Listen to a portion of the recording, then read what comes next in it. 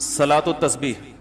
دیکھیں موبائل پہ قرآن پڑھنا تو بالکل جائز ہے. صلاۃ التسبیح کے بارے میں اپنا کلپ ریکارڈ کروا چکا ہوں. دیکھیں اختلافی اجتہادی مسائل میں نا اختلاف رائے کا تحمل کیا کریں. یہ جو قضائے عمری پہ جو میں نے اتنا سخت بیان کیا نا، اس لیے کہ یہ اجماعی مسئلہ ہے. لیکن جس مسئلے میں علماء کا پہلے سے اختلاف ہو، رفع الیدین کا مسئلہ، امام کے پیچھے فاتحہ کا مسئلہ، اسی طرح شب برات کا مسئلہ، اس میں رات کو فیصلے ہوتے نہیں ہوتے، اور رات کا فیصلہ والا تو وہ بالکل ہی وہ ایسے ہی قول ہے، یعنی کچھ چیزیں اس میں بھی اختلافی ہیں نا. تو جو اختلافی مسائل ہوتے ہیں اس میں اگر ایک عالم اپنی رائے بیان کر رہا ہے تو آپ بے شک اس کی رائے سے اتفاق نہ کریں. کیا ہو گیا بھائی؟ اس کی رائے سے آپ بے شک اتفاق نہ کریں، لیکن اس پہ طنز کرنے کی آپ کو اجازت نہیں. اسی کے بارے میں نے کلپ ریکارڈ کروایا تھا کہ صلاۃ و تسبیح پر جتنی بھی حدیثیں ہیں وہ سب ضعیف ہیں. سمجھ رہے ہیں؟ وہ سب کیا ہیں؟ بہت ضعیف ہیں، لیکن کثرت سے ہیں. اس وجہ سے جمہور علماء ان کی کثرت کو دیکھ کر صلاۃ و تسبیح کے سنت ہونے کے قائل ہیں کہ بھئی اتنی کثرت سے ہیں. جو ضعیف حدیثیں کثرت سے ہوں تو درجہ حسن تک پہنچ جاتی ہیں. بات سمجھ میں آ رہی ہے؟ نہیں آ رہی؟ اور حسن حدیث بھی قابل قبول ہوتی ہے. تو اصول حدیث کے لحاظ سے بہت سے علماء نے فتویٰ یہ دیا، جن میں حنفی بھی ہیں. علامہ ابن عابدین جو فقہ حنفی کے بہت مشہور مفتی ہیں، محقق ہیں، ان کا بھی یہی قول ہے. اور فتاوی شامیہ میں جس پہ فقہ حنفی میں اکثر فتویٰ اسی پہ دیا جاتا ہے، اس میں بھی ہے کہ صلاۃ و تسبیح پڑھنا کیا ہے؟ سنت ہے. تو ہمارے مدارس میں یہی قول اختیار کیا جاتا ہے کہ سنت ہے. لیکن بعض علماء ایک دوسری رائے بھی رکھتے ہیں. وہ یہ کہتے ہیں کہ ٹھیک ہے، یہ اصول بذات خود تو ٹھیک ہے کہ ضعیف حدیثیں جب کثرت سے ہوتی ہیں تو حسن تک پہنچ جاتی ہیں، لیکن وہ ایک اور بات کہتے ہیں کہ اس نماز کی جو کیفیت ہے، جو طریقہ نماز کا ثابت ہوتا ہے، نبی سے جو تواتر کے ساتھ جو نمازیں منقول ہیں یہ ان سے ٹکرا رہی ہے.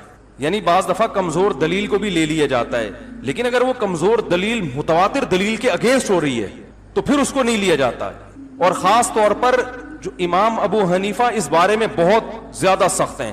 وہ کہتے ہیں قرآن مجید کی آیت متواتر ہے، اسی طرح کوئی حدیث متواتر ہو تو اس کے مقابلے میں اگر خبر واحد بھی آ جائے گی نا، چاہے وہ صحیح ہو، تو وہ اس کو بھی رد کر دیتے ہیں. وہ کہتے ہیں 100% یقینی چیز کی وجہ سے وہ چیز کو نہیں چھوڑا جا سکتا. یعنی ایک چیز جو 100% یقینی نہیں ہے، اس کی وجہ سے اس چیز کو نہیں چھوڑا جا سکتا جو 100% یقینی ہو. اس کی بہت مثالیں ملتی ہیں.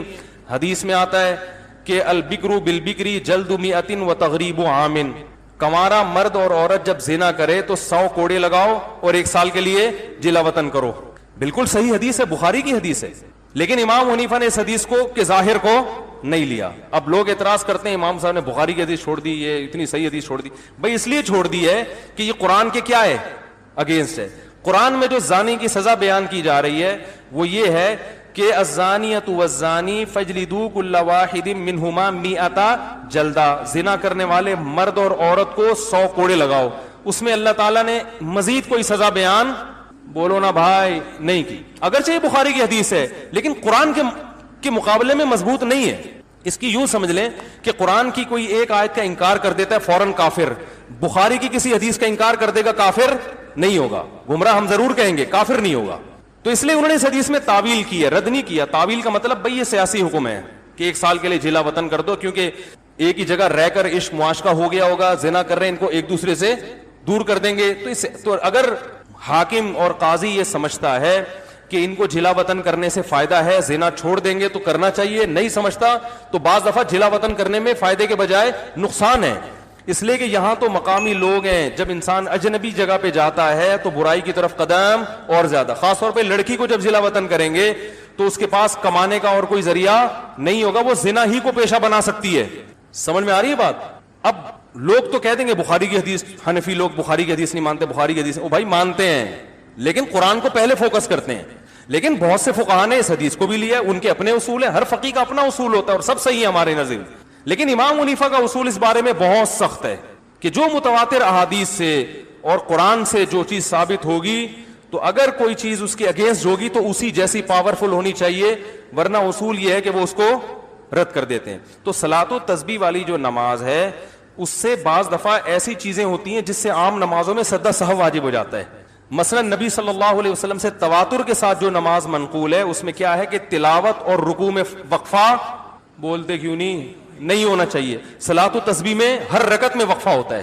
تو یعنی ایک ایسا عمل جس سے عام نمازوں میں سجدہ سہو واجب ہو رہا ہے, اتنا ناپسندیدہ عمل ہے, اور وہی اس مکروہ عمل کا ارتکاب آپ کس میں کر رہے ہیں؟ صلاۃ التسبیح میں. تو چونکہ مکروہ عمل کا ارتکاب کر رہے ہیں تو اس کے لیے وہ کہتے ہیں, یعنی اصول کہتے ہیں کہ دلیل اسی جیسی پاورفل ہونی چاہیے. لیکن میں نے بتایا مسئلہ اختلافی ہے, جمہور بہرحال اس کے سنت ہونے کے قائل ہیں, اور بعض حضرات اس طرف گئے ہیں. تو میرا رجحان, میں تو نالائق آدمی ہوں, میرا تو مجھے یہ کہتے ہوئے بھی شرم آتی ہے میرا رجحان, لیکن بن تو سکتا ہے نا کسی کے رجحان پر, تو گورنمنٹ کی طرف سے کوئی پابندی نہیں ہے. تو میرا رجحان اس لیے اس طرف ہے کہ بھائی جب صحیح احادیث جو بالکل بے غبار ہیں ان سے اتنی کثرت سے جو نمازیں ثابت ہیں پہلے وہ پوری کر لو, پھر ٹائم بچے تو پڑھ لو. لیکن آپ جب وہ ان کو کریں گے تو وہی اتنی زیادہ ہیں کہ آپ کے پاس اس طرف آنے کا ٹائم نہیں بچے گا. پھر بھی کوئی کر رہا ہے تو بھائی جمہور کا مذہب ہے, ہم اس کو بدعت ہی نہیں کہہ سکتے. علامہ ناصر الدین البانی رحمہ اللہ تعالی, انہوں نے صلاۃ التسبیح کو سنت کہا ہے, اور دلیل میں صرف عبداللہ ابن مبارک کی تقلید کی ہے انہوں نے, کیونکہ عبداللہ ابن مبارک صلاۃ التسبیح کے قائل تھے, بہت بڑے محدث تھے. تو علامہ البانی نے کہا ہے کہ انہوں نے, یعنی ان کا یہ رائے ہے کہ عبداللہ ابن مبارک جیسا محدث جب ایک نماز کو افضل قرار دے رہے ہیں تو وہ غلطی پہ, ان کی بات کا میں حاصل بیان کو, تقلیدی ہے نا یہ. تو ہم یہ کہتے ہیں کہ چاروں امام ابو حنیفہ, مالک, شافعی, احمد بن حنبل, یہ نماز جتنی اس کی فضیلت بیان کی جا رہی ہے نا, کہ اتنی فضیلت زندگی میں ایک دفعہ پڑھو نہیں تو. اچھا, بعض علماء نے یہ بھی اعتراض کیا ہے کہ یہ کلام مزاج نبوت کے, ان کی رائے میں یہ منافی ہے, کیونکہ نبی صلی اللہ علیہ وسلم کے اس طرح کے الفاظ آتے ہیں اس میں کہ پوری زندگی میں ایک دفعہ پڑھو, روزانہ پڑھو, روزانہ نہیں پڑھ سکتے تو ہفتے میں ایک دفعہ, ہفتے میں ایک دفعہ نہیں تو مہینے میں ایک دفعہ, مہینے میں ایک دفعہ نہیں تو سال میں ایک دفعہ, سال میں ایک دفعہ نہیں تو بعض حضرات کا یہ بھی رائے ہے کہ یہ جو کلام ہے نا یہ بھی مزاج نبوت سے میچ نہیں کرتا, یعنی آپ صلی اللہ علیہ وسلم کی حدیثیں اس طرح کی ہوتی نہیں ہیں. یہ بعض حضرات کا یہ خیال ہے. تو اور دوسرا, ائمہ اربعہ سے اس بارے میں کچھ بھی منقول نہیں ہے. اتنی امپورٹنٹ اور اہم نماز نہ امام ابو حنیفہ سے کچھ منقول ہے, تو یہ اتنے بڑے بڑے علامے جو اپنے وقت کے بڑے بڑے امام تھے, ان سے یہ حدیث مخفی کیسے رہ گئی؟ سمجھ میں آ رہی ہے بات؟ اور امام احمد بن حنبل جیسے جو امام بخاری کے استاذ ہیں, انہوں نے بھی صلاۃ التسبیح کو کی روایات پہ رد کیا ہے. تو اتنے بڑے بڑے ائمہ جو بڑے بڑے محقق ہیں, ان سے یہ حدیثیں مخفی کیسے رہ گئیں؟ تو بہرحال دونوں طرف ہیں. میں پھر بھی بتا رہا ہوں کہ میں اپنی رائے پر مصر نہیں ہوں. کوئی صلاۃ التسبیح کا مجھ سے پوچھتا ہے تو میں عمومی طور پر اس کو وہی فتویٰ بتاتا ہوں جو جمہور کا ہے, کیونکہ امت کو مزید اختلاف میں نہیں ڈالنا. لیکن یہ چونکہ کسی نے پوچھا تھا, تو جب ایک دفعہ زبان سے بات نکل جائے تو پھر تو بھگتو صحیح ہے نا. ورنہ میں نے 15 سال یہ مسئلہ کبھی ممبر سے بیان نہیں کیا. بھئی عوام چلو عبادت ہی کر رہی ہے, جمہور کے قول پر عمل کر رہی ہے, کرتی رہے, یہ کوئی اتنے بڑے مسائل نہیں ہے کہ ایک نئی جنگ چھڑ جائے.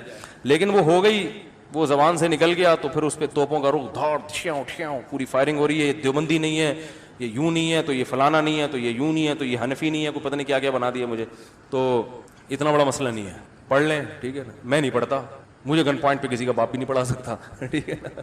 اگر میری رائے تبدیل ہوگی تو میں پڑھ لوں گا. باقی جو پڑھ رہا ہے تو میں اس کو بدعتی بھی نہیں کہتا, کیونکہ دونوں طرف علماء ہیں. مجھے کیوں نہیں پڑھا سکتا؟ اس لیے کہ میرا اپنا مزاج ہے کہ یار جب وہ دوسری روایت اتنی کثرت سے ہے. تو ہمارے حضرت مفتی رشید احمد صاحب رحمہ اللہ بھی بہت, مفتی تقی عثمانی صاحب کے استاذ تھے. اچھا, مجھے لوگ بھی یہ بھی کہتے ہیں اس کا اپنا تفرد ہے, میرا تفرد نہیں ہے بھائی, میں کون ہوتا ہوں؟ بڑے بڑے علماء اس کے قائل رہے ہیں. تو ہمارے شیخ مفتی رشید احمد صاحب جو دارالعلوم کرنگی میں شیخ الحدیث تھے, حضرت مفتی تقی عثمانی صاحب, مفتی رفیع الرحمانی صاحب نے حضرت سے 8 سال پڑھا ہے. وہ خود بہت بڑے عالم تھے, ان کی بھی یہی رائے تھی کہ وہ بھی صلاۃ التسبیح کے قائل بولو بھائی نہیں تھے. بلکہ وہ تو یہ کہتے تھے کہ میں نے جو 50-60 سال صلاۃ التسبیح پڑھی ہے تو میرا دل چاہتا ہے کہ میں یہ نمازیں لوٹا لوں, کیونکہ وہ سجدہ سہو واجب ہو رہا تھا نا. ان کی رائے تھی, لیکن وہ بھی اس پہ اصرار نہیں کرتے تھے, بلکہ وہ اسی طرح مسئلہ بتاتے تھے کہ بھائی دونوں طرف علماء ہیں, اپنی رائے میں وہ مضبوط تھے, بتاتے ایسے تھے بھائی وہ بھی رائے ہے اور یہ بھی رائے ہے, تو جو جس رائے پر عمل کرے. تو اگر آپ کو ان علماء کی رائے صحیح لگتی ہے تو بے شک ان کی رائے پر عمل کریں. صلاۃ التسبیح پڑھنے والے کو بدعتی نہیں کہا جائے گا, سمجھ رہے. لیکن میرا بھی اتنا لمبا ریکارڈ کرانے کا مقصد یہ تھا کہ آپ جس رائے پر بھی عمل کریں, اللہ کا واسطہ رائے کے اختلاف کی برداشت کی قوت پیدا کریں اپنے اندر. یہ نہیں کہ آپ کی رائے کے خلاف اگر کوئی جا رہا ہے تو توپ سے اس کو اڑا دیں, آپ کسی کام کا چھوڑے ہی نہیں, آپ اس کے بیان مت سنو, یہ تو الگ ہی نیا فرقہ لے کے آ رہا ہے. کوئی نیا فرقہ نہیں ہے, یہ اختلاف چلتے رہتے ہیں ہمیشہ سے. ابن تیمیہ رحمہ اللہ بھی قائل نہیں تھے, وہ ٹھیک ہے وہ بہت ساری چیزوں کے قائل نہیں تھے جو بالکل بعض چیزیں تو ایسی جو اجماع سے بھی ہٹ کر ہیں, لیکن بہرحال وہ ایک بڑے عالم تھے وہ بھی. تو اس لیے چلتا ہے مارکیٹ میں. کیا ہے ہمارا مسئلہ؟ خدا کی قسم یہ نہیں ہے کہ کسی سے دلیل میں غلطی ہو جائے. ہمارا مسئلہ یہ ہے کہ ہماری قوم میں رائے کے اختلاف کو برداشت کرنے کی طاقت. ہمارا مسئلہ رفع الیدین کا نہیں ہے. صحابہ میں رفع الیدین والے بھی تھے, رفع الیدین نہ کرنے والے بھی, لیکن پھڈے بازی بولو بھائی نہیں تھی. تو ہمارا جو مسئلہ ہے نا کہ بس میری رائے پہ اڑ جائے کہ میں ہی صحیح ہوں, باقی سارے کیا ہیں, غلط ہیں. تو نہ میں صلاۃ و تسبیح پڑھنے والوں کے بارے میں ایسی رائے رکھتا ہوں, تو نہ آپ میرے بارے میں ایسی رائے کریں. زیادہ زیادہ ہمارے حضرت بعض دفعہ یہ بھی کہتے تھے کہ جب کوئی, اچھا یہ بھی یاد رکھیں تقلید مجتہد کی ہوتی ہے, مجتہد کے علاوہ کسی اور کی تقلید نہیں ہوتی کہ کسی نے بھی کچھ بھی لکھ دیا. امام و حنیفہ اور یہ جو امام شافعی, تو ان کی تو اس لیے ہوتی ہے کہ یہ بہت بڑے محقق تھے, یہ تو ہماری سوچ سے بہت ہوئے, انہوں نے تابعین تبع تابعین کا دور دیکھا ہے. ان میں غلطی تو ان سے بھی ہو سکتی ہے, لیکن ان میں غلطی کا امکان ہم میں جتنا امکان ہے نا اس سے کم ہے, ہم میں غلطی کا امکان زیادہ ہے. مجھے ایک صاحب کہنے لگے کہ یار امام حنیفہ سے غلطی نہیں ہو سکتی. میں نے کہا ہو سکتی ہے, لیکن آپ کی جو تحقیق ہے نا اس میں غلطی کا امکان امام حنیفہ کی تحقیق سے غلطی کے امکان سے زیادہ ہے. 100% تو اجتہادی مسائل میں کوئی بھی رائے قائم نہیں کی جا سکتی کہ کون صحیح ہے کون غلط ہے, امکان ہی کی بیس پہ چل رہا ہے کہ کس میں امکان زیادہ ہے کس میں. نے کہا ان میں کم ہے, آپ میں زیادہ ہے.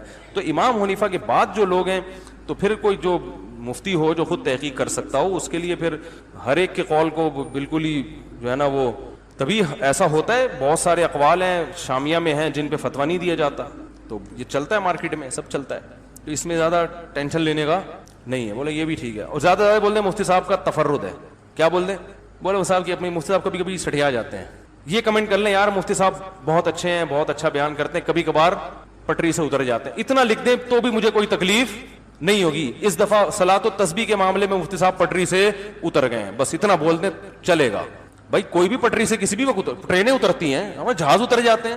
اترنا رن وے پر ہوتا ہے, بنگلے میں جا کے. اللہ کی بڑھاپے میں توفیق. جوانی کی عادت ڈال لو, سمجھتے ہو جوانی میں کیا عادت ڈال لو. نبی صلی اللہ علیہ وسلم نے فرمایا, صحیح بخاری کی آخری حدیث, کلمتان خفیفتان علی اللسان حبیبتان الی الرحمن سبحان اللہ بحمدہ سبحان اللہ العظیم. دو کلمات زبان پہ بہت ہلکے, ترازو میں بہت بھاری, اور رحمان کو بہت محبوب. ایک سبحان اللہ بحمدہ, دوسرا سبحان اللہ العظیم. یہ آپ نے اگر جوانی میں اپنے آپ کو ذکر کا عادی بنا دیا, بڑھاپا بڑا اچھا. ہماری پابندی سے تراویح پڑھتے ہیں. آج فجر میں پتا چلا کہ روزانہ 20 پارے تلاوت, میرا خیال ہے 70 سال عمر, تو 70 سال میں روزانہ کتنے پارے پڑھ رہے ہیں. کیا یہ عادت انہوں نے بڑھاپے میں ڈالی ہے؟ بڑھاپے میں اتنی ہمت نہیں. یہ عادت کب سے پڑی ہوئی ہوتی ہے؟ جوانی میں روز 20 نہیں پڑھتے ہوں گے, 2 پڑھتے ہوں گے, 3 پڑھتے ہوں گے, لیکن جیسے جیسے عمر بڑھ رہی ہے وہ تعداد کم ہونے کے بجائے بولو وہ شوق بڑھتا چلا جا رہا ہے. این ممکن ہے دنوں کے بعد یا چند سالوں کے بعد صحت اجازت نہ دے, این ممکن ہے, لیکن شوق تلاوت کا کم ہونے کے بجائے بڑھے گا. اور اللہ اجر کس پہ لکھے گا؟ شوق پہ. حدیث میں آتا ہے کسی کا کوئی معمول تھا, صحت خراب ہونے کی وجہ سے معمول اٹھ گیا, تو اللہ اس کے اعمال میں وہ نیکی لکھتے رہتے ہیں. جیسے کسی نے ہمیشہ رمضان میں روزے رکھے ہوں, بڑھاپا آ گیا, شوگر, بیماریوں کی وجہ سے روزہ نہیں رکھ پا رہا, اب یہ تھوڑی کہ اللہ اس کا اجر ضائع کریں گے. اللہ کہیں گے تو نے ہمیشہ رکھے ہیں, اب مجبور ہے تو میں تیرے اعمال میں روزے لکھتا چلا جاؤں گا. تو آج آپ نے اپنے آپ کو میرے بھائی اللہ کا تھوڑا تھوڑا اللہ کا ذکر کی عادت ڈالو. کہہ رہا آپ سے زیادہ نہیں ہوتا تو وحشت نہ پیدا, تھوڑا کر لو. آج تھوڑا کرو گے, کل اس تھوڑے میں ایسی لذت ہوگی کہ اللہ اس مقدار کو بڑھا دے گا. حدیث میں آتا ہے سبحان اللہ والحمد للہ ولا الہ الا اللہ واللہ اکبر, یہ کلمات احب الی اللہ مما طلعت الشمس او کما قال صلی اللہ علیہ وسلم. سورج جن چیزوں میں طلوع ہوتا ہے, ظاہر ہے سورج تو پوری دنیا پہ طلوع ہوتا ہے, تمام چیزوں میں اللہ کو سب سے زیادہ محبوب یہ کلمات. دیکھو اس میں اللہ کا کوئی فائدہ نہیں, اللہ کی آپ حمد و ثنا کریں, اللہ کا کوئی فائدہ نہیں. اللہ یہ چاہتے ہیں زبان سے میرا نام, اللہ کو اس بات کی. ہمارے حضرت ایک شعر پڑھا کرتے تھے, یہ جو اہل بار بار اللہ کا نام لے, انسان کو عادت نام بار بار ذکر, ٹائم اللہ کے بغیر پاس کمی محسوس, کو چائے کی عادت پڑ جائے, چرس کی عادت پڑ جائے, سگریٹ کی عادت پڑ جائے, نہیں ملے تو تڑپتا ہے نا. ذکر کی عادت پڑتی ہے, اس کو جب ذکر کا ٹائم نہ ملے تو اس کا دل پریشان ہو, اس کو اللہ کے نام میں چسکا آنے لگتا ہے. لیکن یہ پہلے نہیں ہوگا, عادت ڈالنی پڑے گی. تو روز آنا اس کا معمول بنا لے, 100 دفعہ صبح 100 دفعہ شام بھی کا معمول بنا لے. اس سے کیا ہوگا؟ ابھی چلنے لگے آپ, عمر بڑھے گی, اللہ کے جسکا بڑھاپا بہت اچھا گزرے, اللہ کو یاد کرنے میں بات آ. اور اگر ہر وقت دنیا کے تذکرے کرتے ہیں, ہر وقت ویڈیو گیم لے کے بیٹھے ہیں, سانپ والا کیا, سانپ والا ختم, اب آ رہے فل ٹائم پہ ہم پریشان ہوتے ہیں یار, ہمارے پاس کاموں کو نمٹانے کا ٹائم نہیں. ہم تو چاہ رہے کاش یہ 24 گھنٹے کے بجائے 48 گھنٹے کا ہو جائے. اور لوگ کیا کر رہے ہیں کہ وہ باقاعدہ ارادہ کر کے ضائع کر رہے ہیں ٹائم. ہمارے تو کام نہیں نمٹتے, جب ہم رات کو سونے کے لیے لیٹتے ہیں تو کہتے ہیں یار آج کا دن بھی گزر گیا اور کام ویسے کے ویسے, اور ادھر باقاعدہ ارادہ کر کے جو ہے نا ٹائم ضائع کیا جا رہا ہے کہ چلو ٹائم ویسٹ کرتے ہیں. ایسی چیز میں ٹائم گزر جائے نا جو ذہنی تفریح کا ذریعہ بنے تو بھی ٹھیک ہے. گپ شپ لگا لو دوستوں کے ساتھ بیٹھ کر, یہ کیا ہے یار, دماغ کو خامخواہ کا تھکا رہے ہو بیٹھ کے. تو اگر پب جی کھیلنے کی عادت ڈال لی تو جاؤ گوروں کا بڑھاپا دے. گولڈ ہاؤس میں بڑھاپے میں نوکر کھیلتے ہیں, کیرم بورڈ کھیلتے ہیں, لڈو کا نہیں مجھے پتا, یہ چیزیں کھیل رہے ہوتے ہیں بڑھاپے میں. اور ہمارا بوڑھا بڑھاپے میں ایک دن میں 20 پارے ختم کر رہا ہے. سمجھتے ہو کہ نہیں, وہ نماز میں دل بہلا رہا ہے, وہ تہجد میں اس کا ٹائم گزر رہا ہے. کوئی ویڈیو نہ بنائے, لکھا ہوا ہے نا. تو یہ کیسی عجیب بات ہے. آپ جائیں وہاں, ایک صاحب نے مجھے کہا کہ میں نے یورپ میں بڈھی عورتوں کو دیکھا, بڈھی عورتیں 5-6 بڈھی عورتیں بیٹھی ہوئی اور جوا کھیل رہی ہیں, تاش کھیل. مجھے یاد آیا یار ایک ہماری بوڑھی عورتیں مصلے پہ بیٹھی ہوتی, اللہ کر رہی ہوتی ہیں, آخری وقت اللہ کا نام لے کے گزار رہی ہوتی, اور ایک ہی بڈھیاں ہیں اور کیا کھیل رہی ہیں, تاش کے پتے. اچھا لگتے ہیں بڑھاپے میں یہ. ہمارے بوڑھے کو آدمی دل چاہتا ہے سے دعا کروائے, بابا جی میرے بھی سر پہ ہاتھ رکھ. تاش کھیل رہی ہو بیٹھ کے, بڈھی سے دل چاہے گا؟ اسے تو آدمی نصیحت کرے گا کچھ اور کر لے. تھوڑے دنوں میں اتنا راشا آئے گا نا ہاتھوں میں, تھوڑے دنوں میں, کہ فضیلت کیا ہے اور کیوں ہے یہ فضیلت. رسول اللہ صلی اللہ علیہ وسلم نے فرمایا کہ محرم کو آپ صلی اللہ علیہ وسلم نے شہر اللہ قرار دیا ہے. صحیح حدیث ہے کہ آپ صلی اللہ علیہ وسلم نے فرمایا, صحیح مسلم کی حدیث ہے کہ رمضان کے روزوں کے بعد سب سے زیادہ جو روزے افضل ہیں وہ شہر اللہ المحرم, اللہ کے مہینے محرم کے, یعنی اللہ کی طرف اس محرم کی نسبت کی جا رہی ہے. تو یہ ایک بڑی فضیلت کی چیز ہے. اور قرآن میں جن 4 مہینوں کو محترم قرار دیا ہے, عرب ان مہینوں میں جنگ و جدال کو حرام سمجھا کرتے تھے کہ یار یہ ناجائز ہے, اس میں جنگ نہیں کرنی چاہیے, ان مہینوں کا احترام لازم ہے. ان میں 4 مہینوں میں محرم بھی ہے, محرم, رجب, ذی الحجہ, ذی قعدہ, ذی الحجہ, یہ 4 مہینے ہیں جو محترم ہے. لیکن اس میں پھر رجب بھی داخل ہے اور ذی قعدہ بھی اور ذی الحجہ بھی, تو یہ بھی ہے. اور 10 محرم کے روزے کی بڑی فضیلت ہے. آپ صلی اللہ علیہ وسلم نے فرمایا 1 سال کے گناہوں کی معافی کا ذریعہ بنتا ہے. لیکن آپ نے فرمایا کہ یہودیوں کی مشابہت نہ کرو, کیونکہ یہودی 1 روزہ رکھتے ہیں تو ہم 9, 10 یا 10, 11 2 روزے ملائیں گے. تو یہ محرم کی فضیلت ہے. اور یہ کیوں ہے اس کی ہمیں وجہ معلوم نہیں ہے. جیسے کسی نے ابھی بھائی نے سوال پوچھا نا ایک کہ اس میں کوئی واقعات ہوئے تھے, تو پہلے میں بتا دوں 10 محرم میں جب نبی صلی اللہ علیہ وسلم نے محرم کے مہینے کی یہ فضیلت بیان کی تو اس کو کسی واقعے کی بیس پہ بیان نہیں کی ہے. اس بارے میں جتنے واقعات ہمارے پاس منقول ہیں کہ آدم علیہ السلام جنت سے زمین پہ آئے تھے, یا قیامت آئے گی اس دن, یا یہ کہ اور پتہ نہیں کیا کیا, ابراہیم علیہ السلام کو آگ میں ڈالا گیا, یہ سب من گھڑت ہیں, اس کی کوئی حقیقت نہیں ہے, موضوع روایتیں. البتہ اس دن موسیٰ علیہ السلام اور بنی اسرائیل کو فرعون سے نجات ملی تھی. اس بارے میں روایت سندن بہتر ہے, یعنی اس کو مستند روایت کہا جا سکتا ہے. تو وہ یہ کہا جا سکتا ہے کہ 10 محرم کو موسیٰ علیہ السلام اور بنی اسرائیل کو اللہ نے فرعون سے نجات دی. اسی بیس پہ یہودی روزہ رکھا کرتے تھے اس دن. تو یہ روایت کے علاوہ باقی جتنے بھی واقعات ہیں سب من گھڑت ہیں. باقی حضرت حسین رضی اللہ تعالی عنہ کو جو کربلا میں شہادت ملی ہے وہ تو 10 محرم, وہ تو فضیلت تو اسلام میں پہلے سے تھی.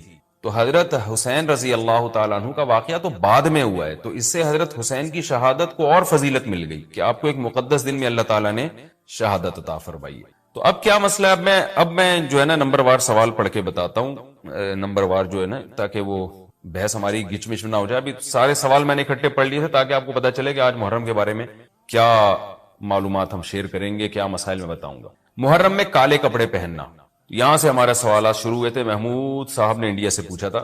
دیکھیں کالے کپڑے کسی بھی وقت پہنے جا سکتے ہیں, کالے کپڑے پہننے کے ناجائز ہونے کی ہمارے پاس کوئی دلیل نہیں ہے. سفید کو پسند کیا گیا ہے, نبی صلی اللہ علیہ وسلم نے فرمایا سب سے زیادہ پسندیدہ لباس وہ سفید ہے.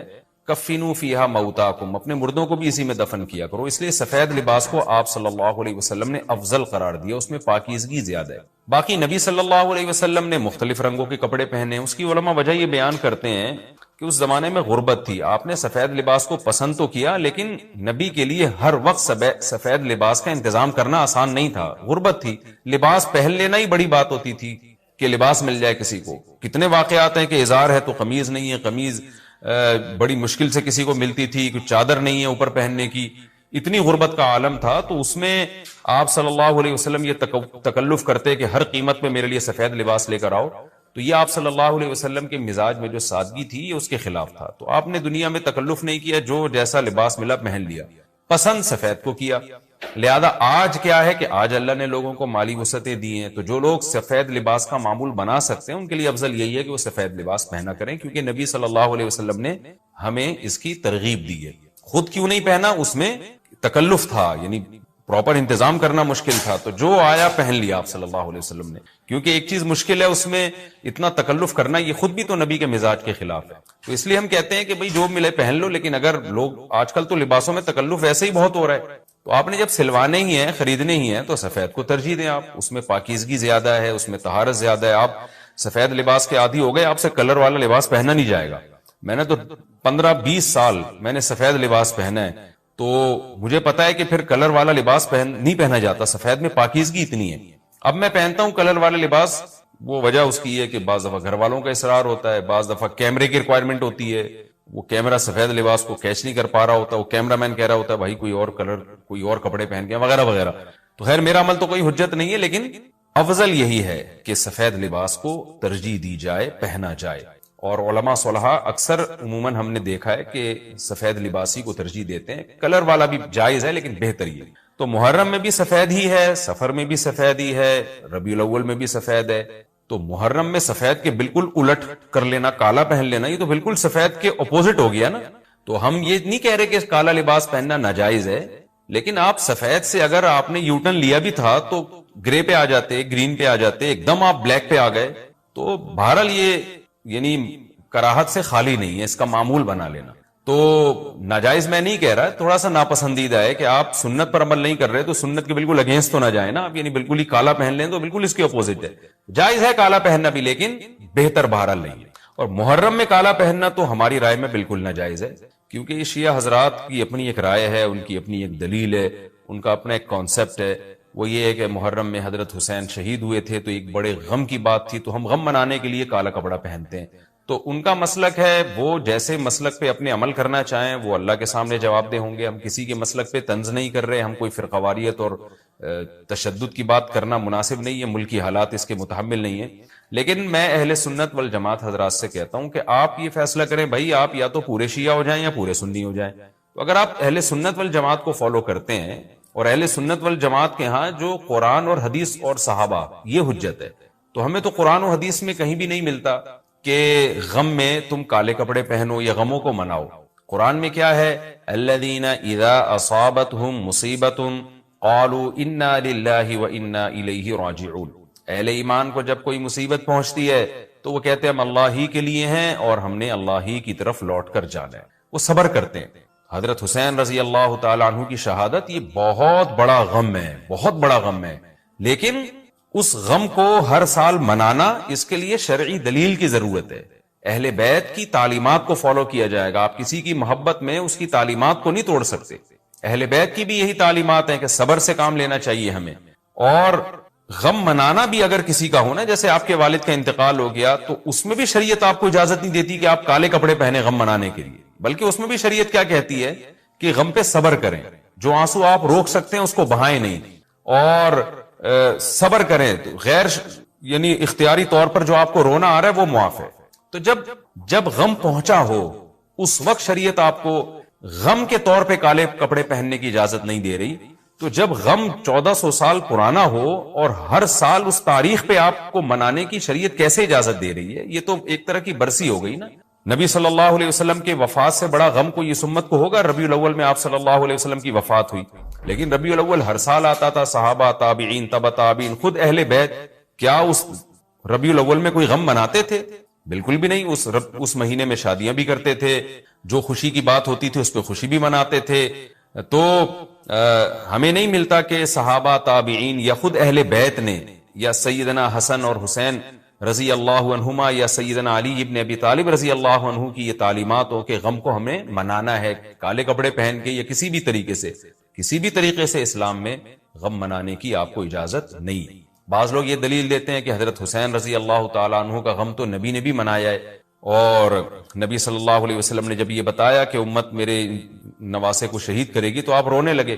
دیکھیں جب نبی کو اطلاع ملی تھی تو آپ غمزدہ ہوئے تو آپ کا رونا بالکل بجا تھا. تو کسی کو یہ اطلاع ملے کہ فلاں جگہ یہ واقعہ ہو گیا ہے, اس کو غم ہوا ہو اور وہ رو لیتا ہے تو اس میں کوئی حرج نہیں, یہ تو نیچرل ہے. لیکن کیا نبی صلی اللہ علیہ وسلم ہر سال, یعنی جس دن آپ کو وحی کے ذریعے پتا چلا کہ سیدنا حسین ابن علی رضی اللہ تعالیٰ عنہ پہ ظلم ہوگا, تو کیا ہر سال اس تاریخ کو آپ صلی اللہ علیہ وسلم رویا کرتے تھے؟ بالکل بھی ایسا نہیں ہے. تو غم کی اطلاع جس وقت ملی ہو اس وقت رونا آ جانا یہ نیچرل ہے, لیکن ہر سال پراپر اس رونے کو پراپر طریقے سے منانا یا کالے کپڑے پہن کے اس کو منانا یہ تو بالکل اسلام میں ناجائز ہے. ہمارے پاس اس کے جائز ہونے کی کوئی دلیل نہیں. تو شیعہ حضرات جو کر رہے ہیں آپ ان کو کرنے دیں, ان کو جا کے نہ چھیڑیں, آپ ان کو طنز نہ کریں, وہ ان کی جو رائے ہے وہ اس پر عمل کریں. اسلام میں فرقے تو ہیں ہمیشہ سے, ہم نے تو یہ دیکھنا ہے کہ کون سا صحیح ہے, ہم نے تو اس کو فالو کرنا ہے. تو جو ہمیں صحیح لگے گا ہم اس کو فالو کریں گے, باقی ہم کسی کے نفرتیں پھیلانے کے بہرحال ہم قائل نہیں. تو جو وہ کر رہے ہیں آپ ان کو کرنے دیں, لیکن آپ یہ کام ہرگز نہ کریں, کیونکہ ہمارے لیے جو حجت ہے وہ قرآن, حدیث اور اہل بیت اور صحابہ کرام, تو ان کی جو تعلیمات ہیں ہم نے اس کو فالو کرنا ہے. ان کی تعلیمات میں کہیں بھی نہیں ہے, کوئی مستند روایت نہیں ہے کہ غم منانے کے لیے کسی نے کالے کپڑے پہنے ہو. غم منانا ہی جائز نہیں ہے, تو اس کے لیے کالے کپڑے یا کوئی اور کلر پہننا کہاں سے جائز ہو جائے گا. تو اس لیے محرم میں نارملی تو کوئی بھی وقت میں آپ کالے کپڑے پہن سکتے ہیں, لیکن محرم میں جب آپ پہنیں گے تو اس میں ایک تائید ہوتی ہے کہ گویا آپ بھی اس بدعت میں ان کی تائید کر رہے ہیں. اور رسول اللہ صلی اللہ علیہ وسلم نے فرمایا من تشبہ بقوم فہو منہم, جو کسی قوم کی مشابہت اختیار کرتا ہے وہ انہی میں سے. تو اگر آپ چاہتے ہیں کہ آپ کا شمار قیامت میں اہل سنت والجماعت میں نہ ہو, آپ کو شیعہ مسلک ٹھیک لگتا ہے تو پھر پراپر آپ شیعہ مسلک پراپر پورے طور پر اختیار کریں. آپ آدھا تیتر آدھا بٹیر چلنا تو ٹھیک نہیں ہے نا. اور اگر آپ چاہتے ہیں قیامت میں آپ کا شمار اہل سنت والجماعت میں ہو تو پھر مکمل اہل سنت والجماعت کو فالو کریں آپ, تو ان کو جو ہے اپنے حال پہ چھوڑ دیں. میں پھر بتا دوں, میں لڑائی جھگڑوں کا قائل نہیں ہوں. شیعہ حضرات آتے ہیں یہاں پہ بیٹھتے ہیں, گپ شپ لگاتے ہیں, چائے پانی بھی چلتا ہے. میرے دوستوں میں بھی ہیں بعض شیعہ حضرات, سلام دعا ہے ان سے, لیکن مذہب پہ بحث نہیں ہوتی. لکم دینکم ولی دین, ہم ان سے کہتے ہیں ٹھیک ہے بھائی آپ اپنے رائے پر عمل کریں, بحث مباحثہ نہ کریں. ہاں جو سیکھنے کے لیے ہم سے آنا چاہے محبت سے اس کو سمجھائیں گے, جو نہیں آ رہا سیکھنے کے لیے تو پھر ہم اس سے بحث نہیں کرتے. تو لڑائی جھگڑے نہ کریں, لیکن سنی حضرات کو, اہل سنت والجماعت کو, بل جماعت کا مطلب کیا ہے, ہم حدیث کو بھی مانتے ہیں, بل جماعت صحابہ کو بھی مانتے ہیں. تو صحابہ میں اہل بیت بھی داخل ہیں, اہل بیت کے علاوہ بھی صحابہ ہیں. تو کسی کی بھی, ہماری رائے تو یہی ہے کہ کسی کی بھی تعلیمات نہیں, ہمیں تو احادیث میں کچھ بھی نہیں ملتا. تو اللہ کا واسطہ آپ ایک رائے پر عمل کریں. اس لیے محرم میں آپ ان چیزوں کو فوکس نہ کریں. کالے کپڑے پہننا, غم منانا, یہ اسلام کی تعلیمات بالکل بھی نہیں. تو یہ تو میں نے سوال کا جواب دیا کہ محرم میں اسپیسیفک کالے کپڑے اگر آپ پہنیں گے تو یہ ایک بدعت کی تائید ہوگی. تو نبی صلی اللہ علیہ وسلم نے تائید سے منع کیا ہے. اسی میں ایک سوال ہے جی, محرم میں نکاح کرنا کیسا ہے؟ یہ سوال بھی ظہور احمد نے کشمیر سے پوچھا ہے. محرم میں نکاح کرنا بھی جائز ہے, بلکہ ہمارے مسلک کے مطابق باعث برکت ہے, کیونکہ محرم کو اللہ کے نبی نے محترم قرار دیا ہے, جو قابل احترام مہینہ ہے تو مقدس ہے. تو مقدس مہینے میں عبادت کا ثواب بھی زیادہ ہوتا ہے, اور نکاح بھی شریعت میں عبادت ہے. نکاح کیسے عبادت ہے؟ شریعت نے نکاح میں عبادت کا رنگ ڈال دیا ہے. دیکھیں آپ کہ نکاح ایک معاملہ ہے, لیکن اس سے پہلے خطبہ بھی ہوتا ہے. خطبہ جمعے کی نماز سے پہلے ہوتا ہے, خطبہ عید کی نماز سے پہلے ہوتا ہے, خطبہ استسقاء کی نماز سے پہلے ہوتا ہے, خطبہ حج میں ہوتا ہے. یہ ساری عبادتیں ہیں نا جس میں خطبہ ہے, لیکن اسلام نے کیا کہا؟ نکاح سے پہلے بھی خطبہ ہوگا. اس کا مطلب اسلام نکاح کو عبادت قرار دے رہا ہے, نکاح میں عبادت کا رنگ بھر رہا ہے. تو عبادتیں تو مقدس مہینے میں زیادہ ثواب ہوتا ہے ان میں. تبھی آپ دیکھیں نبی صلی اللہ علیہ وسلم نے فرمایا رمضان کے بعد سب سے زیادہ روزوں کا ثواب محرم میں ملتا ہے. کیوں؟ مقدس ہے نا, تو عبادت کا ثواب بڑھ گیا اس میں. تو اس حدیث سے صاف ہمیں پتہ چلتا ہے کہ اگر کوئی محرم میں اس نیت سے نکاح کرتا ہے کہ مقدس مہینہ ہے تو اس میں عبادت کا ثواب بڑھ جائے گا, اور اس میں انشاءاللہ اللہ سے امید کی جا سکتی ہے کہ خیر و برکت زیادہ ہوگی. اس کو منحوس سمجھنا جائز نہیں ہے. اگر آپ کہتے ہیں اس مہینے میں چونکہ حضرت حسین رضی اللہ تعالیٰ عنہ کی شہادت ہوئی ہے اس لیے منحوس ہے، تو یہ غلط ہے۔ ایک تو ہماری نظر میں شہادت ایک بہت مقدس مقام ہے، اس کی وجہ سے کوئی مہینہ منحوس نہیں ہو سکتا، مقدس تو ہو سکتا ہے، منحوس نہیں ہو سکتا۔ دوسری بات یہ کہ یکم محرم سے لے کے 29 یا 30 ذی الحجہ تک اسلامی تاریخ میں کوئی ایسا دن نہیں ہے جس میں کسی مقدس شخصیت کی شہادت نہ ہوئی ہو یا کسی پہ ظلم نہ ہوا ہو۔ اگر آپ تاریخ کے اوراق اٹھا کے دیکھیں، ہر مہینے ہر تاریخ کو کوئی نہ کوئی اسلام میں اچھا واقعہ بھی ہوا ہے اور برا واقعہ بھی ہوا ہے۔ حضرت عثمان رضی اللہ تعالیٰ عنہ کی شہادت ہوئی باغیوں کے ہاتھوں، خود نبی صلی اللہ علیہ وسلم کی وفات ہوئی ربیع الاول میں، اور بھری ہوئی ہے نا اسلامی تاریخ۔ حضرت علی رضی اللہ تعالیٰ عنہ کی شہادت ہوئی۔ تو ان تمام شہادتوں کے آپ ایام نکالیں، ان کے مہینے نکالیں، کوئی مہینہ نہیں بچے گا۔ تو اس بیس پہ اگر آپ کہتے ہیں کہ اس مہینے میں نکاح پسندیدہ نہیں ہے، پھر تو پہلی تاریخ سے لے کے سال کی آخری تاریخ تک کوئی تاریخ بھی ایسی نہیں ہے کہ جس میں انسان نکاح نہ کرے۔ اس کا مطلب پھر آپ کنوارے چھڑے چھاٹی گھومتے رہیں، اور مسلمانوں کی پھر گروتھ ریشو تو میرا خیال ختم ہو جائے گا، مر جائیں، کہاں پیدا ہوں گے لوگ۔ اور اگر آپ کہتے ہیں کہ نہیں جی کسی شخصیت کے کسی دن میں انتقال کر جانے سے یا شہید ہو جانے سے یا اس پہ ظلم ہونے سے وہ دن منحوس نہیں بنتا، تو پھر 10 محرم بھی منحوس نہیں ہے۔ 10 محرم میں بھی آپ نکاح کر سکتے ہیں، اور محرم کے بقیہ تاریخوں میں بھی آپ نکاح کر سکتے ہیں۔ اور روایات میں ہمیں ملتا ہے کہ بعض بڑے بڑے حضرات تھے جن کے محرم کے مہینے میں نکاح ہوئے۔ میں اس بحث میں نہیں جاؤں گا، پھر اس میں تاریخی روایات ہیں، کوئی کہتا ہے فلاں تاریخ تھی، کوئی کہتا ہے، پھر لوگ اس پہ ایک غیر ضروری بحث میں چلے جاتے ہیں، لیکن ہمیں ایسے واقعات ملتے ہیں۔ تو اس لیے اس بارے میں، اور پھر شریعت میں جلد نکاح کی ترغیب ہے، نکاح کو ڈیلے کرنا یہ شریعت میں پسندیدہ کام نہیں ہے۔ اس بیس پہ تو ڈیلے کیا جا سکتا ہے نکاح کہ آپ کو رشتہ سمجھ میں نہیں آ رہا، مشورے کر رہے ہیں، لیکن جب ایک دفعہ رشتہ سمجھ میں آ جائے تو اسلام کا حکم یہ کہ اس میں جلدی کی جائے۔ صحیح ہے، بخاری کی مشہور حدیث ہے، نبی صلی اللہ علیہ وسلم کی خدمت میں خاتون آئی، عرض کیا کہ یا رسول اللہ میں آپ سے نکاح کرنا چاہتی ہوں۔ آپ نے چہرہ مبارک کو جھکا لیا، آپ کا ارادہ نہیں تھا۔ ایک اور صحابی کھڑے ہوئے، عرض کیا یا رسول اللہ آپ میرا ان سے نکاح کر دیں۔ اسی محفل میں نبی نے ان صحابیہ کا انفقوا مما رزقناکم، اے ایمان والوں جو رزق ہم نے تمہیں دیا ہے اسے ہماری راہ میں خرچ کرو، من قبل ان یاتی یوم لا بیع فیہ ولا خلۃ ولا شفاعہ، ایک دن آنے والا ہے کہ کوئی خرید و فروخت نہیں ہوگی، کوئی دوستی کام نہیں آئے گی اور کوئی شفاعت کام نہیں آئے گی۔ یہاں شفاعت سے مراد ہے زبردستی والی شفاعت، جو مشرکین کا عقیدہ تھا کہ ہم جن بتوں کی عبادت کرتے ہیں وہ زبردستی اللہ کے ہاں بخشوا دیں گے کیونکہ اللہ ان کی رد نہیں کر سکتا، یہ والی شفاعت مراد ہے۔ اور کافر کی شفاعت نہیں ہو سکتی۔ جو مومن کی شفاعت ہے، جو نبی صلی اللہ علیہ وسلم اور علماء اور بزرگان دین کریں گے، وہ شفاعت قرآن ہی سے ثابت ہے۔ سورہ نبا میں اللہ نے بتایا کہ وہ کیا ہے، وہ آیت ہے کہ یوم یقوم الروح والملائکۃ صفا لا یتکلمون الا من اذن له الرحمن وقال صوابا، کوئی اللہ کے سامنے بات نہیں کر سکے گا، سفارش نہیں کر سکے گا مگر جس کو اللہ اجازت دے۔ تو وہ اللہ اجازت کس کو دے گا؟ پیغمبروں کو اور اپنے ماننے والوں کو۔ اور کس کے لیے دے گا؟ وقال صوابا، اور وہ بات بھی درست کرے، یعنی جس کی شفاعت کی میں اجازت دوں انہی کی شفاعت کرے۔ کس کی اللہ اجازت دیں گے؟ صرف ایمان والوں کی۔ اور کتنی اجازت دیں گے؟ وہ اللہ قیامت میں خود اس کی حد بندی کریں گے۔ لیکن کافر کی شفاعت نہیں ہو سکتی، اور شفاعت قہری نہیں ہو سکتی کہ آپ شرک کریں اور آپ یہ سمجھیں کہ یہ جو معبود ہے یا جو بزرگ ہیں جن کی عبادت کر رہا ہوں یہ مجھے زبردستی بخشوا دیں گے اور اللہ ان کی رد نہیں کر سکتا، ایسا نہیں۔ اسی پارے میں آیت الکرسی بھی ہے، اللہ نے اپنی حمد و ثنا کی ہے، اللہ لا الہ الا هو الحی القیوم، اللہ وہ ذات ہے جس کے سوا کوئی عبادت کے لائق نہیں، زندہ ہے، ہر چیز کو تھامنے والا ہے۔ میں چونکہ اس کا لفظ بلفظ ترجمہ اس لیے کر رہا ہوں کہ آیت الکرسی بہت پڑھی جاتی ہے اور حدیث میں اس کی بہت فضیلت ہے۔ آپ صلی اللہ علیہ وسلم نے فرمایا اس سے افضل آیت پورے قرآن میں نہیں ہے۔ فرض نماز کے بعد آپ صلی اللہ علیہ وسلم نے فرمایا جو پڑھے گا اسے جنت میں جانے سے کوئی چیز نہیں روک سکتی۔ اور صحیح حدیث سے ثابت ہے کہ شیطان سے، جنات سے، جادو وغیرہ سے آیت الکرسی انسان کو بچاتی ہے۔ رات کو بھی پڑھ کے سونے کی ترغیب ہے۔ حضرت ابو ہریرہ کا مشہور واقعہ ہے، چونکہ یہ خلاصہ میں پوری تفصیل نہیں بیان کروں گا۔ شیطان ان کو تنگ کرتا تھا انسانی شکل میں آ کے، حضرت ابو ہریرہ نے آیت الکرسی پڑھی اور نبی نے فرمایا کہ یہ شیطان اب راستہ تمہارا چھوڑ دے گا۔ تو شیطان آیت الکرسی سے ڈرتا ہے، تو یہ رات کو بھی سوتے ہوئے پڑھنی چاہیے، دم کرنا چاہیے اس کا اپنے اوپر، اور نمازوں میں بھی اس کی پابندی کرنی چاہیے۔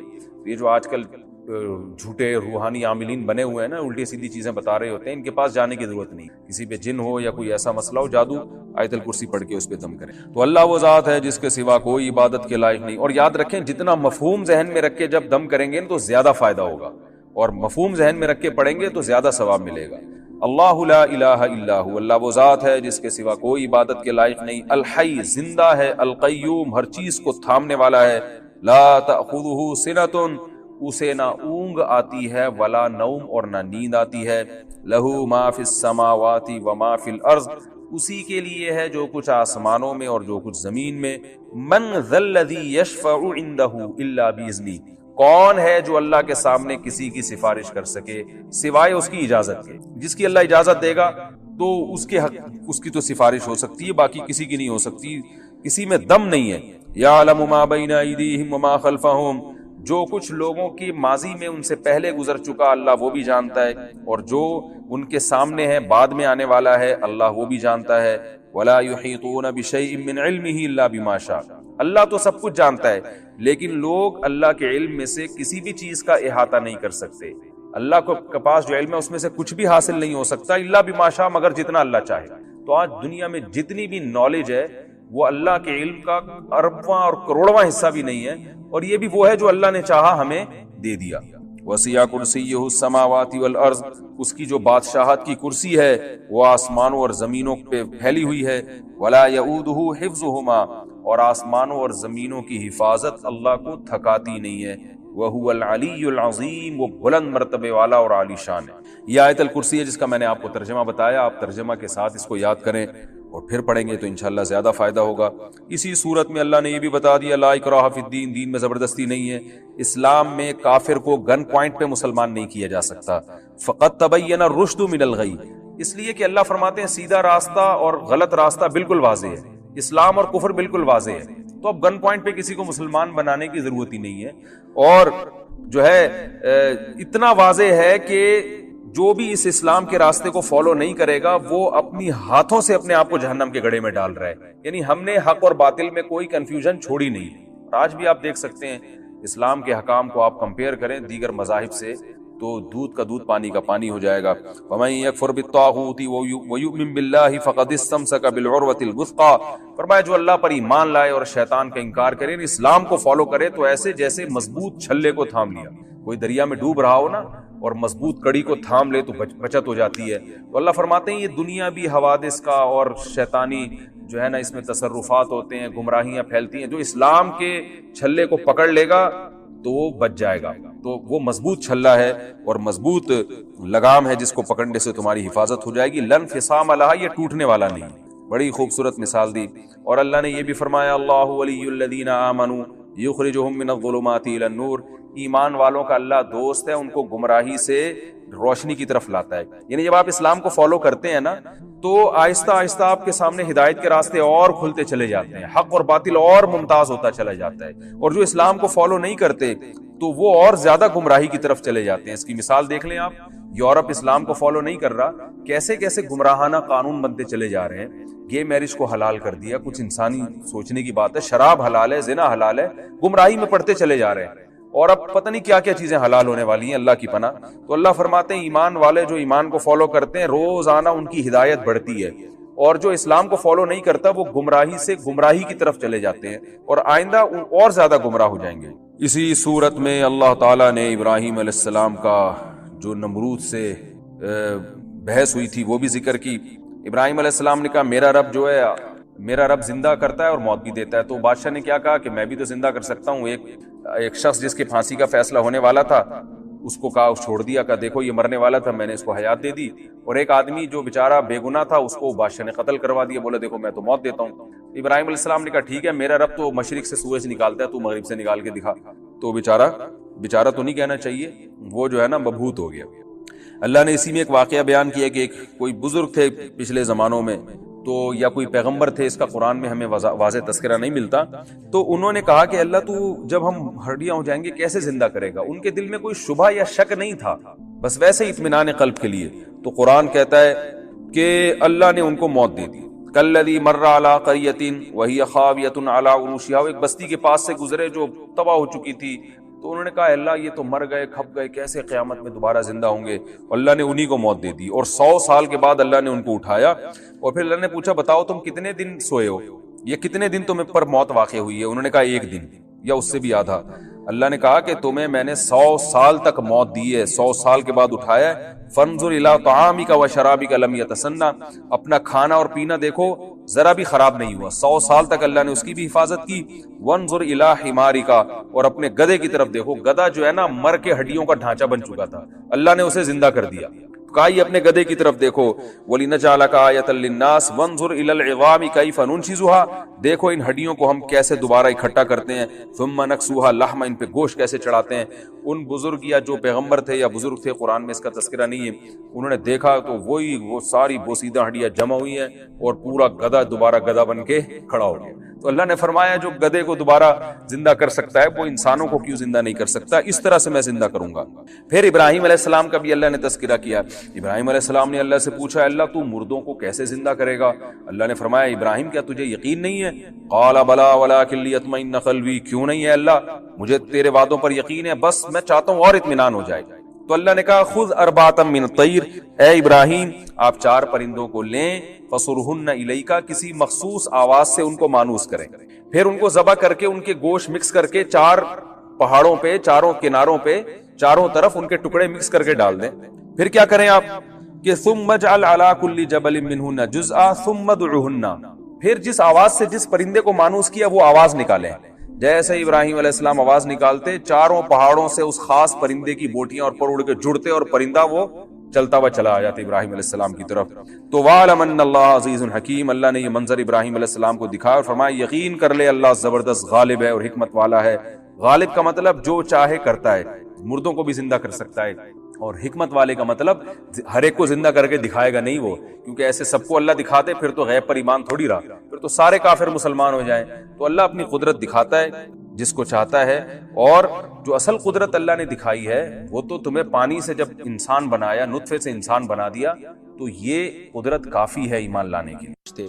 یصلون علی النبی، نبی پر رحمت بھیجتے ہیں، یعنی فرشتے تو رحمت کی دعا کرتے ہیں اور اللہ رحمت بھیجتا ہے۔ یا ایھا الذین آمنوا، اے لوگو جو ایمان لائے ہو، صلو علیہ، نبی پر خصوصی رحمت بھیجا کرو جس کو اردو میں درود کہا جاتا ہے، وسلموا، اور سلامتی بھیجا کرو، تسلیما، سلامتی، خوب سلامتی۔ تو یہ آیت جب اس آیت کی وجہ سے علماء نے یہ مسئلہ فقہاء نے بیان کیا کہ زندگی بھر میں 1 مرتبہ درود بھیجنا ہر مسلمان پہ فرض ہے، کیونکہ اللہ نے حکم دی، اور الامر بشیء لا یقتضی التکرار، جب کسی بات کا آرڈر دیا جاتا ہے نا تو وہ 1 دفعہ کرنے سے وہ آرڈر پورا ہو جاتا ہے۔ تو اللہ نے ہمیں درود کا حکم دیا، تو زندگی میں 1 دفعہ بھی اگر ہم درود پڑھ لیں گے تو یہ فرض ادا ہو جائے گا۔ جیسے کہ کلمہ توحید زندگی میں 1 دفعہ پڑھنا فرض ہے، باقی جتنا پڑھیں اتنا اچھا ہے۔ اور جب کسی مجلس میں نبی صلی اللہ علیہ وسلم کا ذکر کیا جائے تو 1 مرتبہ اس میں درود پڑھنا واجب ہے، فرض نہیں ہے۔ فرض اور واجب ایک اصطلاح ہے۔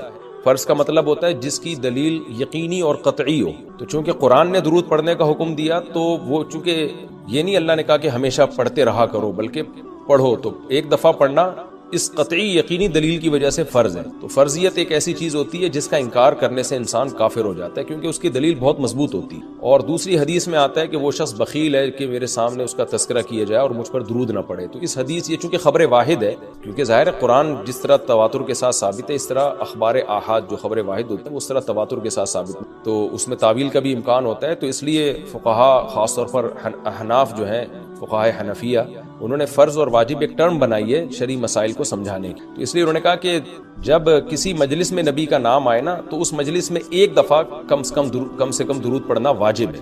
واجب کا درجہ تھوڑا سا فرض سے نیچے ہوتا ہے کیونکہ وہ حدیث سے ثابت ہے۔ تو اور پھر جب بار بار نبی کا نام آئے تو پھر بار بار پڑھنا واجب نہیں، کیونکہ اس میں حرج ہے۔ ہاں مستحب ضرور ہے کہ جتنی دفعہ پڑھیں، جب بھی نبی صلی اللہ علیہ وسلم کا نام آئے تو لازمی درود شریف پڑھا، یہ تو مستحب ہے۔ نبی صلی اللہ علیہ وسلم نے فرمایا جس شخص نے مجھ پہ 1 دفعہ درود پڑھا اللہ اس پر 10 رحمتیں نازل کرتے ہیں اور اس کی 10 خطاؤں کو معاف کرتے ہیں۔ تو بہت زیادہ فضیلت ہے درود شریف پڑھنے کی۔ اور یہ بڑی عجیب بات ہے کہ درود شریف جو ہے یہ اصل میں اللہ کی عبادت ہے۔ یہاں میں آپ کو ایک دلچسپ مسئلہ بھی بتاتا چلوں۔ شرعی مسئلہ یہ ہے کہ جب ہم کوئی منت مانتے ہیں نا، منت کہ اگر اللہ نے میرے مریض کو شفا دے دی تو میں اتنے روزے رکھوں گا، میں یہ کروں گا، میں یوں کروں گا، تو اس عمل کو منت کہا جاتا ہے کہ باقی اگر آپ ٹھیک ہو گئے تو آپ پر لازم ہوتا ہے کہ آپ وہ کام کریں۔ تو منت میں یہ ضروری ہے کہ آپ جس چیز کی منت مانیں وہ عبادت مقصودہ ہو اور اس کی جنس میں سے لازم بھی ہو، یعنی عبادت میں کامل عبادت ہونی چاہیے، وہ عبودیت کا عنصر اس میں ہو۔ جیسے آپ نے منت مانی کہ اگر جو ہے میں امتحان میں پاس ہو گیا تو میں 3 روزے رکھوں گا، روزے عبادت ہے، مقصود ہے، یعنی عبادت مقصودہ میں سے۔ لیکن اگر آپ نے منت مانی کہ میں اگر امتحان میں پاس ہو گیا تو میں وضو کروں گا، تو وضو چونکہ مقصود نہیں ہے، عبادت مقصودہ نہیں ہے، وضو سے مقصد تو نماز ہوتی ہے، تو وہ منت آپ کے اوپر لازمی نہیں ہوگی۔ آپ نے اگر منت مانی کہ جی میں صدقہ کروں گا، تو صدقہ عبادت مقصودہ ہے اور اس کی جنس میں سے جو زکوٰۃ ہے وہ واجب بھی ہے، روزے کی جنس میں سے رمضان کا روزہ واجب ہے۔ آپ نے نفل نماز کی منت مانی تو بھی منت پورا کرنا آپ پر لازم ہے، کیونکہ نفل نماز جو ہے وہ عبادت بھی ہے اور اس کی جنس میں سے یعنی فرض نماز آپ پر لازم بھی ہے۔ تو اگر دونوں میں سے ایک شرط بھی نہیں پائی جائے گی تو منت پھر منعقد ہی نہیں ہوتی۔ جیسے آپ نے کہا کہ میں جو ہے وہ اگر امتحان میں کامیاب ہو گیا، پاس ہو گیا، تو میں جو ہے اپنے والدین کی خدمت کروں گا، تو یہ خدمت ثواب تو بہت ہے لیکن عبادت مقصودہ نہیں ہے، عبادت مقصودہ نہیں ہے، تو یہ منت آپ پر پورا کرنا لازم نہیں ہوگی۔ خدمت تو کرنی چاہیے، ماں باپ کی خدمت سے بڑھ کر تو دنیا میں کوئی نیکی نہیں ہے، لیکن عبادت مقصودہ نہیں ہے۔ مقصودہ کا مطلب نماز، حج، یہ سب چیزیں جو ہے نا مقصود میں آتی ہیں۔ یہ کسی عارضے کی وجہ سے اللہ نے ہمیں حکم دیا کہ تاکہ ماں باپ کو پریشانی نہ ہو۔ یہی وجہ ہے کہ اگر خدمت کے محتاج نہیں ہوتے تو پھر خدمت واجب بھی نہیں ہوتی، ان کی خدمت کے محتاج ہوتے ہیں تو واجب ہوتی ہے، لیکن نماز تو جب بھی ٹائم آئے گا آپ پر لازم ہوگی۔ زکوٰۃ تو سال گزرنے کے بعد جب بھی صاحب نصاب ہوں گے آپ پر لازم ہوگی، چاہے غریبوں کو ضرورت ہو یا نہ ہو، آپ پر تو زکوٰۃ واجب ہوتی رہے گی۔ تو اب علماء کا اختلاف ہوا ہے کہ اگر کوئی شخص درود شریف کی منت مانتا ہے تو کیا اس پر درود شریف کی منت پوری کرنا لازم ہے؟ بعض علماء نے کہا کہ نہیں، کیونکہ درود شریف بھی عبادت مقصودہ میں سے نہیں ہے۔ اس کی پہلے میں اور آسان مثال دیتا ہوں، جیسے تلاوت۔ علماء کہتے ہیں اگر کوئی یہ منت مانتا ہے کہ اگر میں امتحان میں کامیاب ہو گیا تو میں 3 پارے تلاوت کروں گا، تو یہ منت پوری کرنا بھی واجب نہیں ہے، کیونکہ قرآن پڑھنا بہت زیادہ ثواب تو ہے لیکن عبادت مقصودہ نہیں ہے، بلکہ مقصد قرآن سے کیا ہے کہ آپ کا دل بنے اور آپ کو آخرت کی یاد تازہ ہو، آپ کو شرعی حکام کا علم ہو۔ ثواب بہت ہے، ہر ثواب کا کام اصطلاحی عبادت نہیں ہوتا، خوب سمجھ لیں۔ عبادت کی بھی 2 قسمیں ہیں، ایک عبادت ٹرم ہے، اصطلاح ہے، اور ایک عبادت مجازن ہم عبادت، ہر اچھے کام کو عبادت کہتے ہیں، اس لحاظ سے تو کھانا بھی عبادت ہے کہ اگر آپ کی نیت اچھی ہے اس سے، لیکن ایک ہوتی ہے مقصود عبادت، تو مقصودہ عبادت میں سے نہیں ہے۔ ثواب بہت ہے قرآن کی تلاوت کرنا، اللہ سے محبت کی علامت ہے، بغیر سمجھ کے پڑھنا بھی بہت بڑی نیکی ہے، قرآن بغیر سمجھ کے پڑھنا بھی، لیکن قرآن کی تلاوت کی منت جو ہے وہ منعقد نہیں ہوتی۔ تو اسی طرح اب یہ اختلاف ہوا ہے کہ اگر کوئی درود شریف کی منت مان لیتا ہے کہ اگر میں امتحان میں کامیاب ہو گیا تو میں 100 دفعہ درود شریف پڑھوں گا، تو کیا یہ منت پوری کرنا واجب ہے یا نہیں؟ تو بعض علماء کہتے ہیں کہ واجب نہیں ہے۔ وجہ اس کی ہے کہ درود شریف عبادت مقصودہ نہیں ہے، کیونکہ درود شریف کا مقصد تو یہ سید الانبیاء محمد صلی اللہ علیہ وسلم سے محبت کا اظہار، تو یہ نماز روزے کی طرح نہیں ہے۔ لیکن راجح قول یہ ہے جس پہ فتویٰ دیا گیا ہے کہ یہ منت پوری کرنا واجب ہے، کیونکہ درود شریف عبادت مقصودہ ہے، اور عبادت مقصودہ ہے اور اس کی جنس میں سے واجب بھی ہے، فرض بھی ہے۔ تو فرض کیسے ہے؟ کیونکہ قرآن نے ہمیں حکم دے دیا، اب زندگی میں ایک دفعہ درود شریف پڑھنا فرض ہو گیا، یہ مسئلہ تو آسانی سے سمجھ میں آ گیا کہ فرض کیسے ہے۔ اب یہ ایک سوال پیدا ہوتا ہے عبادت مقصودہ کیسے ہے؟ نبی صلی اللہ علیہ وسلم کی تو عبادت جائز ہی نہیں ہے۔ اس کا بڑا دلچسپ جواب دیا حضرات فقہا نے کہ درود شریف اصل میں اللہ کی عبادت ہے جو ہم اللہ کو خوش کرنے کے لیے کرتے ہیں، کیونکہ اللہ نے ہمیں آرڈر دیا ہے، اور اس میں عبادت کا عنصر، عبادت کہتے ہیں جس کی جو ہے وہ جس میں عبودیت کا عنصر ہو، آپ بطور غلام جو کام کر رہے ہو، جس میں آپ کو لاجک پوچھنے کی بھی اجازت نہیں ہوتی۔ جیسے 5 نمازیں فرض ہیں نا، کیوں فرض ہیں؟ لاجک کی ہمیں حکم نہیں، ہم نے پڑھنی ہے۔ روزہ فرض ہے، اس کی حکمتیں اللہ نے بیان کی، لیکن وہ حکمتیں نہ بھی ہو تو روزہ رکھنا پڑے گا۔ تو درود شریف بھی عبادت مقصودہ میں سے ہے، اس لیے کہ اللہ نے ہمیں حکم دیا تو ہم اللہ کو خوش کرنے کے لیے اللہ کی غلامی کے طور پر پیغمبر پر درود بھیجتے ہیں۔ اس سے درود شریف کی اہمیت بہت زیادہ بڑھ جاتی ہے، اور اس میں بہت ساری حکمتیں حاصل ہو جاتی ہیں کہ ہم اللہ کو راضی کرنے کے لیے، کیونکہ اللہ نے ہمیں حکم دیا ہے، جیسے نماز کا حکم دیا، زکوٰۃ کا حکم دیا، اللہ نے کہا کہ تم یہ عبادت کرو گے میری، یہ ہوگی میری، کیونکہ دعا عبادت ہے۔ دعا میں کیا ہوتا ہے؟ ہم اللہ سے بھکاریوں کی طرح مانگتے ہیں، تو اللہ نے کہا اور دعائیں تم مانگو نہ مانگو، یہ والی تو اسپیشلی تم پہ فرض ہے۔ ایک تو اطلاق دعا مانگنا ہے نا، لیکن اسپیسیفک کوئی مخصوص دعا مانگنا تو فرض نہیں ہے، لیکن یہ والی دعا مانگنا ہم پہ اللہ نے فرض کیا ہے کہ تم نے پیغمبر کے لیے رحمت کی دعا کرنی ہے، یہ تم پہ فرض ہے، یہ مجھے خوش کرنے کے لیے فرض ہے. تو یہ عبادت ہے لیکن اللہ کی عبادت ہے اور نبی کے لیے دعا ہے. تو اس سے درود شریف کی اہمیت بھی بہت بڑھ جاتی ہے اور ہمیں سید الانبیاء صلی اللہ علیہ وسلم کی اہمیت کا بھی پتہ چلتا ہے کہ اللہ نے پیغمبر پہ درود بھیجنے کو اپنی عبادت قرار دے دی ہے. تو سید الانبیاء صلی اللہ علیہ وسلم کی بھی ویلیو بہت زیادہ بڑھ جاتی ہے. جیسے قرآن میں آتا ہے نا کہ وَرَفَعْنَا لَكَ ذِكْرَكَ، ہم نے آپ کے تذکرے کو بلند کیا ہے. تو کیسے بلند کیا؟ علماء نے اس کا جواب دیا کہ نماز میں بھی درود شریف ہے اور اتحیات میں نبی صلی اللہ علیہ وسلم پہ سلامتی بھیجنے کو اتحیات کا حصہ بنا دیا گیا ہے، اور اذان میں اشہد ان لا الہ الا اللہ کے ساتھ اشہد ان محمد رسول اللہ کو بھی ایڈ کیا گیا ہے. تو اس سے سید الانبیاء صلی اللہ علیہ وسلم بہت زیادہ فضیلت ثابت ہو. تو اس لیے درود شریف کا اہتمام کرنا چاہیے. جیسے شریعت میں بعض عبادتیں بعض اوقات میں زیادہ